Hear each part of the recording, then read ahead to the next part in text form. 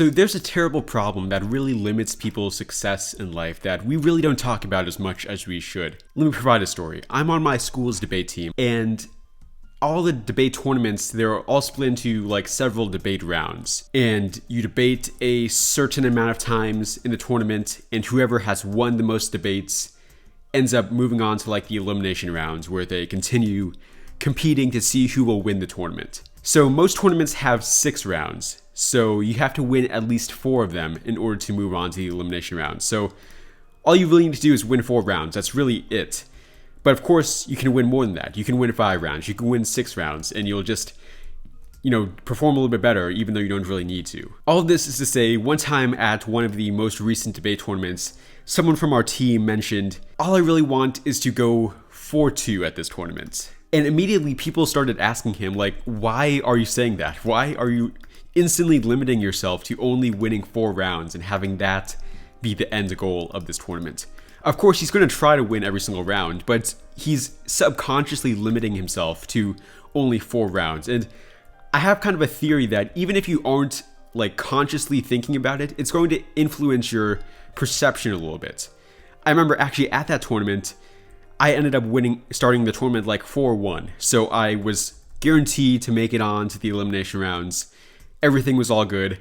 And I remember for my final round, I didn't need to win it. So like subconsciously, my mind wasn't thinking like I need to win this one. So I noticed myself performing just naturally a little bit worse than I usually did. It was honestly a little bit crazy to see it in action. Like my brain was like more fine with making mistakes. I wasn't as focused on the round as I could be. I was kind of just like, okay, this round doesn't really matter. And as you can guess, I lost that round and we ended up going 4-2. It just kind of shows you in life, people are constantly limiting themselves. And even if it's not coming out consciously, it's coming out subconsciously. That guy in the tournament I'm mentioning, he also went 4-2 in the tournament. And I'm not saying that the only reason he went 4-2 was because of his mindset, but I'm sure it contributed at least a decent amount to it. And this happens so often with like careers, for example. People kind of limit themselves and say, okay, my goal is just to work a job for 20 years, 30 years, and then I'll retire and everything will be good. And they just accept, they're going to be working a decent job, but maybe not the best job. And they're fine with like getting a little bit lower pay than other people may get. And they're just kind of fine with that. But that's really no way to live your life, to just be fine with the mediocrity and to not be like hoping for something that's much better. So also a really good example of this is Minecraft, the game I'm playing right now. Because in Minecraft, there's no set goal that you're working towards. So it's really completely up to you how much you want to inspire yourself or limit yourself with just your mindsets. What I mean by this is I can make my goal while playing Minecraft to just, build some cool houses. And that honestly kind of is the goal that I'm working towards in this world. Like you can see, I just built this house recently, kind of like a cave house to be honest, but it's pretty cool, so I like it.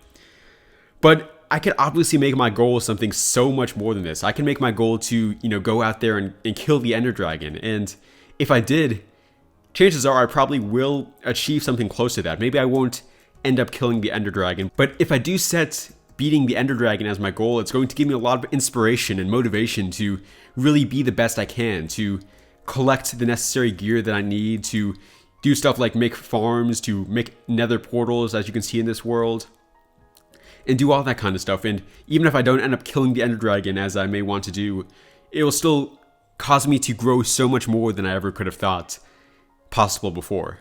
However, perhaps the best example of this is really just in the YouTube channel you're watching right now.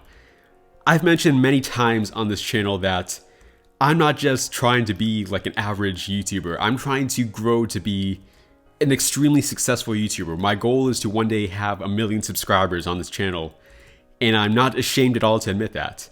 I've mentioned it many times before. And so obviously, I may achieve that, I may not, but it's going to motivate me to keep trying and to keep working towards that. I'm not limiting myself at all in my mind.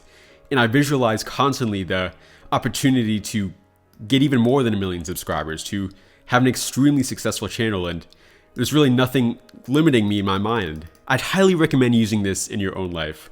Nobody really knows their limits, so why do you set them so low for yourself? Why do you allow yourself to be okay with the least successful option when you could do so much more and be so much more successful.